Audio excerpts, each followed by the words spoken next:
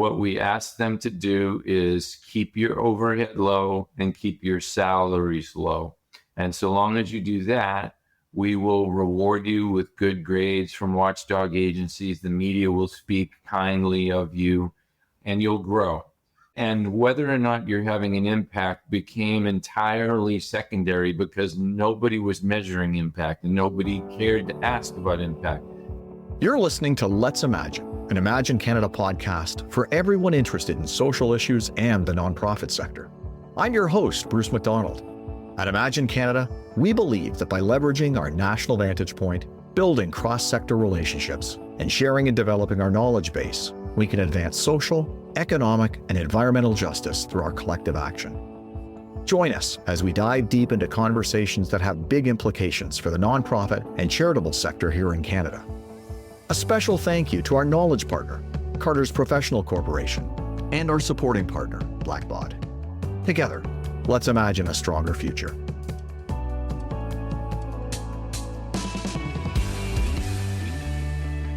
Today on the show, we're thrilled to welcome Dan Pallotta, a trailblazer in challenging long-held perceptions about charities. Dan invented the multi-day charitable event industry. He created the breast cancer 3-day walks and the multi-day AIDS rides, which raised in excess of $500 million in 9 years and were the subject of one of the first Harvard Business School case studies on social enterprise. Those experiences and the resulting public reaction have led Dan to produce a wildly popular TED Talk, books about the sector, and more recently, the movie Uncharitable. Today, we're going to explore the deeply held perceptions about charities, how they are problematic, and ways we can move forward. So Dan, thanks for joining us on Let's Imagine. Yeah, thanks for having me, Bruce. I always enjoy my conversations with you. So we'll get as much out of listening to you as we will listening to me today. Well, this is great. And so we're going to jump right into the heart of the issues. Like your TED Talk, the way we think about charity is dead wrong, has almost 5 million views. What do you think is wrong about the way we think about charity? And why do you think the talk has been so popular? I think that what I was saying in that TED Talk, I was asking the question, why do you think charities haven't changed the world the way we thought that they would, or hope that they would, or continue to hope that they will? And the answer to me is that's not what we asked them to do. What we asked them to do is keep your overhead low and keep your salaries low. And so long as you do that, we will reward you with good grades from watchdog agencies. The media will speak kindly of you, and you'll grow. And whether or not you're having an impact became entirely secondary because nobody was measuring impact and nobody cared to ask about impact. Look at the incentives, right? The incentives to stay alive are keep your overhead low and keep your salaries low. There's not an incentive to have an impact. You're not rewarded for that in the media. The Attorney General doesn't reward you for that. Donors often don't even reward you for that. And I think, it was popular because my company had gone out of business. We became successful very, very quickly. And I had a front row seat to that success and to the criticism that was being hailed as something that was new, and was able to think about that criticism. And when we went out of business, had a lot of time and wrote the book Uncharitable. And I think I was just able to synchronize a bunch of dysfunctions that all of us have had experience with and begin to see how they fit together and support an ancient philosophy and simplicity. My friend Gary Stewart said, I'm sorry this had to happen to you, but it had to happen to someone for a book like this to get written. So I just had a pretty unique perspective. Yeah, it's so interesting. And unfortunately, you did have to go through that to provide that perspective. So as we think a bit about the past and what's happening today, I also want to talk a bit about the possibilities of tomorrow. So as you think about donors and the greatest change that you'd like to see them make when giving, what would that change or those changes be? what I tell donors, especially people who have a lot of money, is stop giving your money to charitable programs. Start giving it to fundraising specifically, not even give it unrestricted, not even give it to capacity building. Invite the organization that you love to give you a proposal for growing. Because if they have a program that you love, if they have a program that's effective, well, then the issue is scale, right? And the only way you're going to scale it is with more money. And the only way you're going to raise more money is through more fundraising. Somehow that's lost on very, very, very intelligent people. And they'll just put more money into these programs. And of course, programs eat money on a dollar for dollar basis, whereas fundraising multiplies money. But I think this is a thought I'm in the process of trying to formulate over the last few weeks. It has something to do with what I might call too much navel gazing. Like, we're concerned about donor trust, and we're concerned about philanthropy and new trends in philanthropy and the strength of the nonprofit sector and the sustainability of the nonprofit sector. And what we've lost is we want to solve problems, right? Like, there's homelessness. We want to get rid of that, right? Suicide rate has gone crazy. We want to reduce that dramatically, right? Adult illiteracy rate at 14% for 40 years running. We want to solve that, right? And somehow our intelligence gets in the way with all of these superstructures like philanthropy and the nonprofit sector and its sustainability. And we lose sight of the simple exercise of saying, what problem do I want to solve and by when do I want to solve it? Now, this exercise is not lost on someone like Elon Musk. He says very simply, childlike language, colonize Mars, right? Electrify the global automobile fleet. And we've lost that simplicity and we've lost that accountability through all of these academic, abstract concepts that distance us from the problem and the solving of the problem. So we need to be more like plumbers and carpenters and electricians. What's the problem? How do we fix it? By when? What resources do we need? The nonprofit sector tends to attract very smart people in, the way we think of smart these days. And I don't think it always works in our favor. Yeah, it's an interesting idea and concept because when you think about it to a certain degree, that's the starting point for most charitable organizations.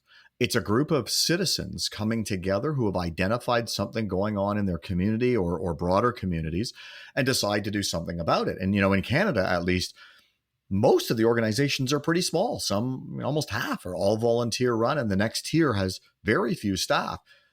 They have entered the space seeking to solve problems. But to your point, it's what happens, what's transforming when we seek to scale and do them in a massive way, which requires complex thinking, complex systems in order to do that. So it's an interesting insight to say, how do we retain that focus on the problem while at the same time scaling to be able to address it in a bigger way? And I think the two things are the same. Like, if you're not focusing on scaling, you're not focusing on solving the problem because the problem exists at scale, right? So yeah, they're exactly the same thing. You started out the question asking about possibility, and I think that's a vital domain that we don't nurture. And in a lot of all the time when I'm speaking to organizations, I say, you have expertise in finance, you have outside counsel that's expert in law, you have program expertise, whether it's global health or climate, whatever you're working on, you hire PhDs with subject matter expertise. Where is the expertise in possibility? Because if you don't keep a sense of possibility alive, there's entropy in the world. Everything spirals down, and your dreams will get diluted into staying alive, meeting your annual budget, maybe increasing it by 3%. And so I encourage organizations to study how impossible things have been achieved. Because if you're serious about solving a big problem like illiteracy or homelessness or suicide, that falls in the realm of the impossible. You're now in the domain of the impossible. Because if it weren't impossible, we would have solved it by now, right? It's the very definition of impossible, something that no matter what we seem to do, seems that the solution seems to evade us. So, okay, well, what are some of the impossible things that humanity has achieved? Apollo and landing human beings on the moon. And that was incredibly well documented. You could spend years reading all the books and watching all of the videos on the Apollo program. You could insert a possibility curriculum into your organizations for free, just studying Apollo, or the building of the Sydney Opera House, or the big dig tunnel project in Boston, or how did we get to run the 4-minute mile, or how did they get those Taiwanese kids out of the cave that was underwater? And treat that seriously. Like, don't let your possibility meeting be the first thing that comes off the calendar each week. Let your finance meeting be the first thing that comes off the calendar, so that you are, because if you don't maintain a sense of possibility, your dreams are just going to dwindle down to things that aren't really dreams anymore, that are just little goals that you know you can achieve that aren't inspiring. So I think as human beings, we want to live dangerously. We want to test the limits of our potential, and when we do, we find that potential is startling, is amazing. And I think something in our spirit really dies when we live on a lesser plane than that. So I think while it might sound ambiguous and nefarious, this notion of dreams, they are the most sophisticated things known to humanity. I don't know if you've seen the documentary on the cave rescue for that soccer team, but they worked the problem. Like, they worked the problem. Like, the biggest problem was, I don't know, it was like a mile-long underwater tunnel, and there are 18 kids, and it's all submerged. And they can't figure out how they're going to get these kids a mile through this tunnel without the kids absolutely freaking out and killing the diver and the kid. They ended up anesthetizing the kids. They anesthetized every one of those kids. It makes me emotional because they were all rescued, and it was beautiful, and it was human creativity, and it was working the problem, not how do we get this overhead a little bit lower, and avoiding the domain of all the crazy thinking you would have to do. That next rocket, the Falcon Heavy, the next one in July that Elon Musk is going to launch, they're going to land it at the launch pad with a launch pad catching it with a pair of scissors. I mean, you want to talk about impossibility. We've got to be in that domain. These problems are life and death problems. We can't be meddling in what we already know to be possible. Yeah, amazing. And really an invitation for both those who are paid staff in the sector and the volunteer leadership to reframe their thinking a bit here and saying, how are we actually going to get at the root cause of the problems that we're seeing in society? And it may require that kind of very different thinking and than the approaches that we've applied in the past. So it's a really wonderful message to reinforce. But one of the questions I've really been interested in asking you over a period of time is, like, I've had the good fortune to hear you speak live, participate in uncharitable screenings recently, and chat with the leaders of the charitable sector about your message. And it's clear that it really has struck a chord with those working in volunteering in the nonprofit sector. There is a definite energy that has been created by this. But the question I've been wanting to ask is, what about the skeptics? What have you heard from those whose perceptions have been deeply rooted in this dominant cost narrative? Have you found any surprises, good or bad? The skeptics have taught me a lot, because they've raised their skepticism and they've forced me to think about that thing. And the case that not just I, but that we're all making survives all of those criticisms when you really begin to think about them. So over, at first I would give a speech based on my book. Slowly over time, that speech I had these little interstitial quotes from critics, so that, all the things that were running through people's heads as I was talking were getting addressed. For example, I remember a dear friend, Joe Short, who used to run Oxfam America. When I was in college, he was the president of Oxfam America, and we did this cross-country bike ride to benefit them. And, years later, I wrote Uncharitable, and he said, well, The problem is you haven't thought, when you argue that we should be able to pay people more in the nonprofit sector, you've forgotten about the psychic benefit that people get out of helping people. And and we should be looking for those people. And I thought about that for a long time. And the conclusion I came to there was, wait a second, you're saying there's no psychic benefit in the for-profit sector. Well, let's test that.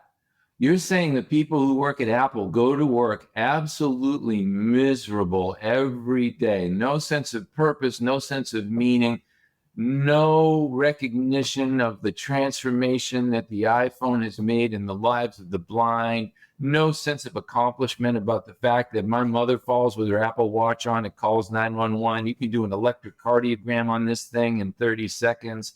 No sense of achievement at the democratization of the production of music and movies through all of these handheld devices that used to just be Sony and A&M Records, Lego, no sense that they're making any difference in the lives of children. Starbucks, no sense that they're doing anything to help coffee farmers in developing countries. Even take something as mundane and industrial as the refrigerated boxcar, which dramatically reduced foodborne illness. No sense on the part of those people that they made any difference in the world. So actually, there's enormous psychic benefit, maybe even more psychic benefit in the for-profit sector because of the pace of the achievement. And you get stock options as well. So there's just an example of a criticism that failed the test when you really push it. And then other people will say, well, you got to worry about money. I get what you're saying. It's a good point. But you got to worry about money contaminating people's motives. You introduce money into the picture, they're going to stop caring as much about the children. Okay, well, let's query that one. I don't think so. It doesn't pass the test. Like, we paid Tom Brady millions and millions and millions of dollars, and he sure seemed like he wanted to win more and more football games.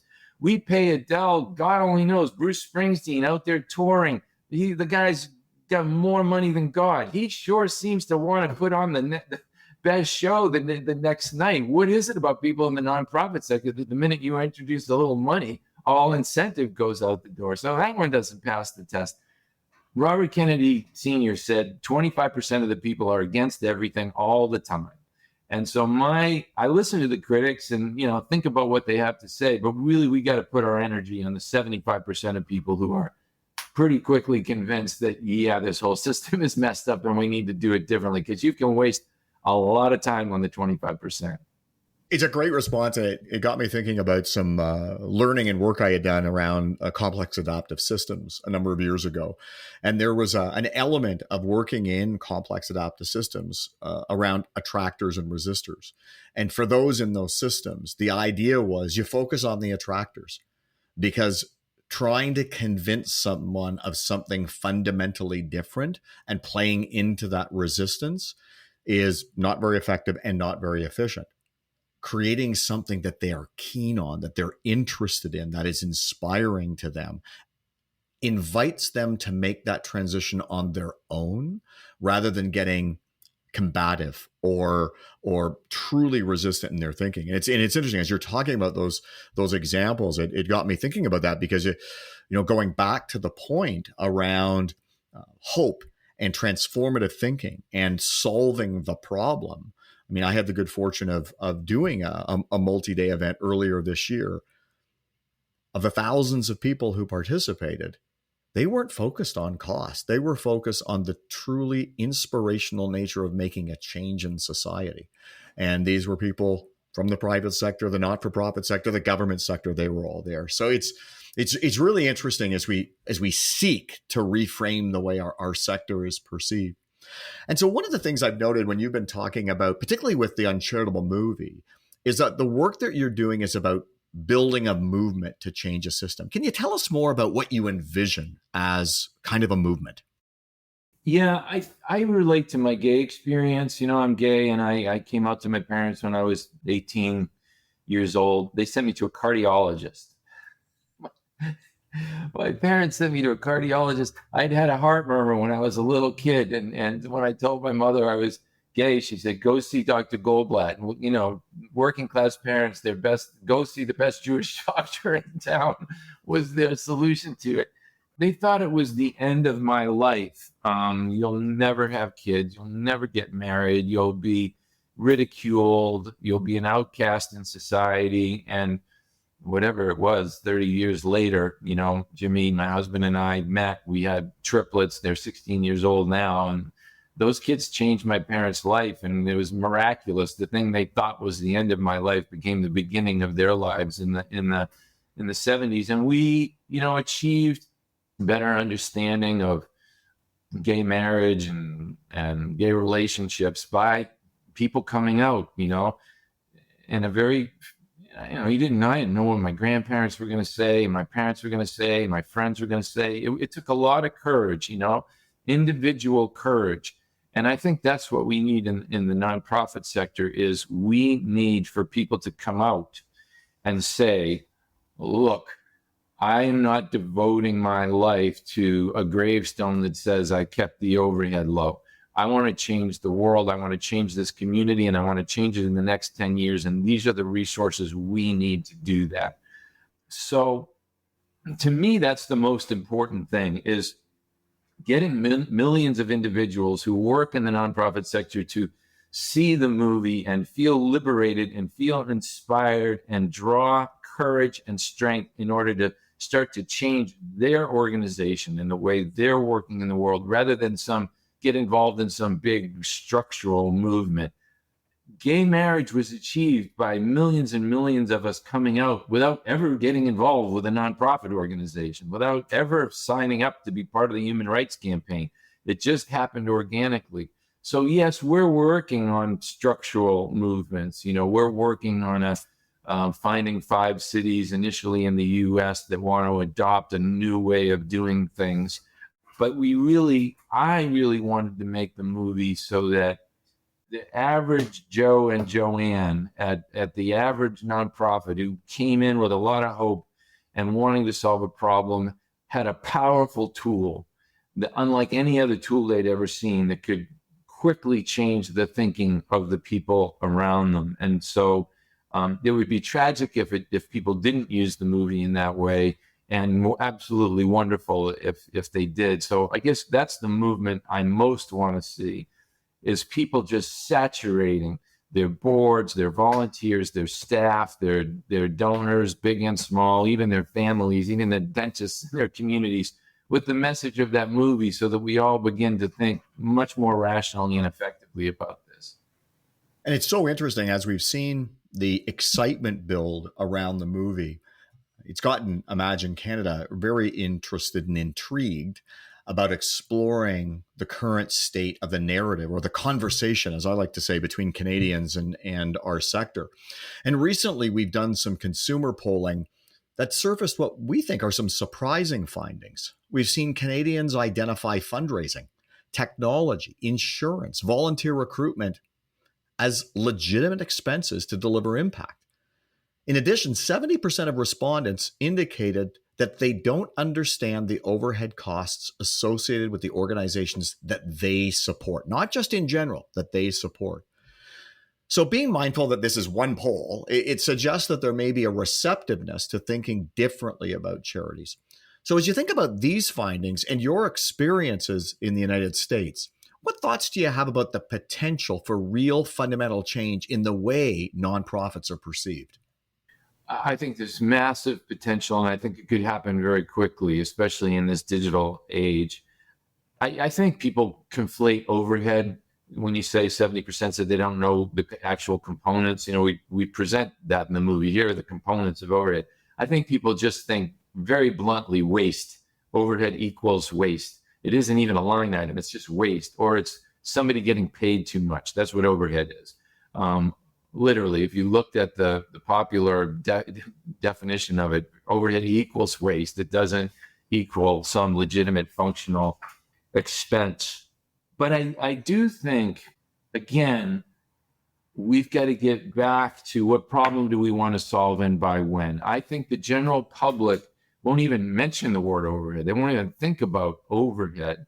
If there's a dream, a daring dream that's risky, that's dangerous, that we could fail, but my God, if we succeed, and we want to do it by such and such time, donors will give you enormous permission. And then you explain, in order to make this dream happen, here's what we need to invest in. And you don't even need to mention the word overhead. You're just showing people the mechanics of how you make this dream actually happen. I think that's so much more important than us going to the public with a request to be able to spend more on overhead or infrastructure, because it will allow us to be a stronger organization or something, without ever mentioning the solving of a problem in that. So I think that's really, really critical. And we have a hard time with it. It's a muscle that we have not exercised. When I was doing my training that I called the BOLD training for nonprofit boards and staff, it's online now, but when I was doing it live, in the afternoon, we would have an exercise after we had a lot of education.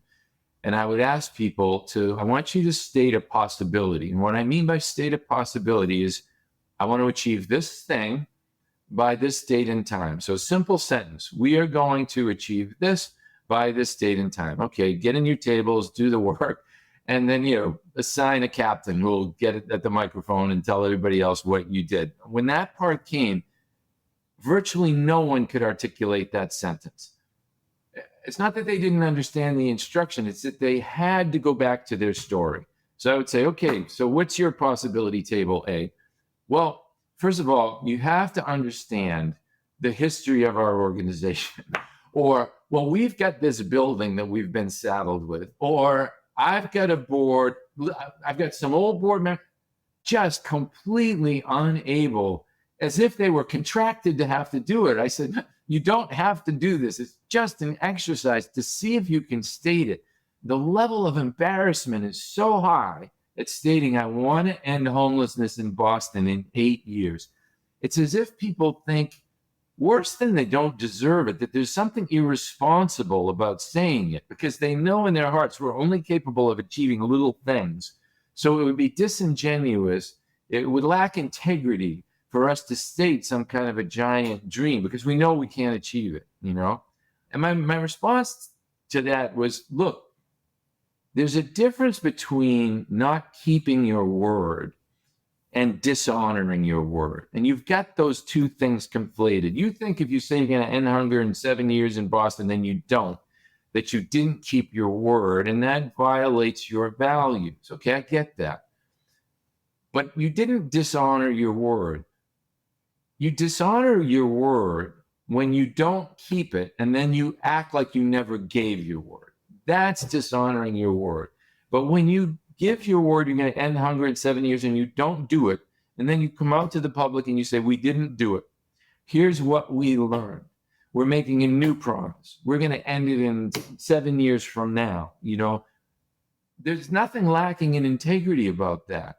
And it gives you the permission to dream, rather than be in this prison where you can't dream because you think you're breaking your word if you don't achieve it. But it is interesting, because those examples that you cite illustrate how deeply rooted this mindset about our sector is, even within our sector. Like, we often talk about this conversation through the eyes of donors, the media, government, etc. But those very examples show, you know what? It's here too. It's inside our very own organizations. Worse than it's here too, we're primarily responsible. If we didn't have gay marriage by now, you couldn't say it's the fault of the media. It's the fault of my parents. You'd have to say, no, we didn't work hard enough to make it happen. And, I have observed that nonprofit organizations are really reticent to get pissed off. They'll get histrionic about whatever it is, the Middle East, racism, AIDS, gay marriage. But when the Better Business Bureau comes along, or Charity Watch comes along, they'll all of a sudden get real compliant. The most radical looking person, spiked hair, 93 earrings. But when the Better Business Bureau comes along, oh no, our overhead's really low, and I haven't been paid a penny, right? They have no ability to be activists on this issue that is killing their ability to make a difference. Well, it's just such an interesting point because it shows that the system and the way it's operated in such a while very much shapes our behaviors and our way of acting. You have to venture into the domain of psychology. You Right. have to understand this.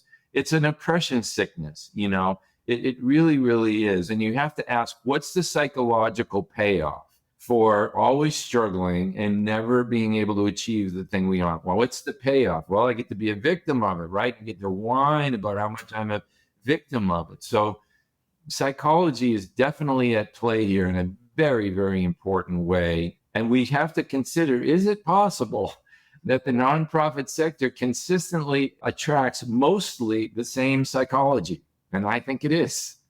Well, certainly, it's a sector of people who are inspired to do good things for their communities. And I'm hoping that as as part of this conversation and others that are taking place in Canada all across the country, that we're thinking about different ways to achieve those visions, those missions, those purposes.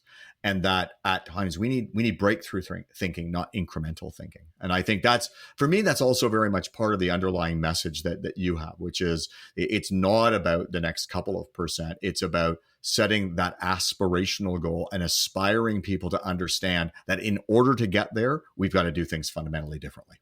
Yeah, absolutely. And we've got our brains wired that to be responsible is to do things that are predictable, right? So that we can deliver on the promises we make to people.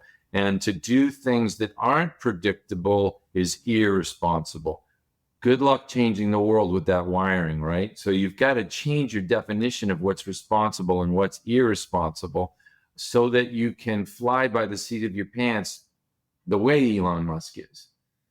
Yeah, it's a great segue into our last couple of questions here. So, the Uncharitable Movie is serving as a bit of a rallying cry, I think, certainly for the sector. And I see more and more organizations who are inviting non-sector people to ensure that they get to hear the message. So as you think about this going forward, to those who are listening to our podcast, what's your message about how to use this movie to inspire the kind of change that you are hoping and that I think we're all hoping to see? That's a great question, Bruce. And I'm happy to say that as of June 15th, 2024, Uncharitable is now streaming worldwide. Now, if you go to uncharitablemovie.com, there you can click on Google, iTunes, Vimeo, YouTube, Amazon, and there's a big button there for international viewing, which is mostly through Vimeo, but I'm not sure outside of the United States which of those. I know Vimeo, but I'm not sure which of the other platforms. But if you go to that international viewing button on the website, uncharitablemovie.com, it'll take you to a place where you can rent it for $3.99. So that's number one. Now, how do you use it? Saturate everyone that has anything to do with your organization with that movie. Start with your staff. Don't make the mistake that your staff is already convinced of these ideas. Every one of your staff, use it as an onboarding tool for any new staff member that comes on board, even if it's 3 years from now. Same with your board. Have a gathering of your board. You all watch the movie together. Any new board member that comes on board, have them watch the movie. Make it a requirement. Your volunteers, have them all watch the movie. Your major donors, your retail donors, so that your entire ecosystem is steeped in this new way of thinking. And collectively, you begin to get excited about thinking much bigger, liberated from these constraints that have kept you thinking small. So, Dan, to conclude with the last question, I'm going to ask one that we often ask guests who come on the show. What are you the most optimistic about when thinking about this kind of work that you're doing and the difference that it can make more broadly? I think the nonprofit sector can play the lead role in solving the great problems of our society. It's not that we don't need government and that we don't need business, but business and government need to be led. And the nonprofit sector is the boots on the ground that are doing the research and development on what works and what doesn't. And if we liberate the nonprofit sector, these problems can get solved and we can create organizations at scale the same way we've created the Apples and the Coca-Colas and the NVIDIAs in the for-profit sector. So I think that that's the first thing I'm hopeful about. The second thing that gives me great hope is it is not difficult to change people's minds. You show them that movie, 90 minutes, you're going to have 75% of people coming up to you saying, I never thought about these things this way. And if they forget, show the movie again 6 months from now, right? Because it takes time for new ideas. And the third thing that gives me great hope is, well, A and B, the enthusiasm that I've seen around the movie, which means people were hungry for this tool. They're not complacent. They really do want a tool that can help them think aspirationally, as you say. And also all the colleges that I speak at, where you have all these young people who don't want to spend their lives keeping overhead low and are really excited about thinking in new ways. And they're going to be in leadership in short order, 10 years from now. Dan, we know how in demand you are and how busy you are, and I just want to take the time to thank you for being with us on Let's Imagine. We really appreciate it. Thanks so much for having me, Bruce. Great conversation. Thanks for listening to the Let's Imagine podcast. For full show notes and to subscribe to our newsletter so you never miss an episode, please visit our website, www.imaginecanada.ca. Also, if you really like this episode, we invite you to leave us a 5-star review wherever you listen to this podcast, as this helps other people discover us and engage in these conversations. And again, thanks to our sponsors, Carter's Professional Corporation and Blackbot, for supporting our podcast.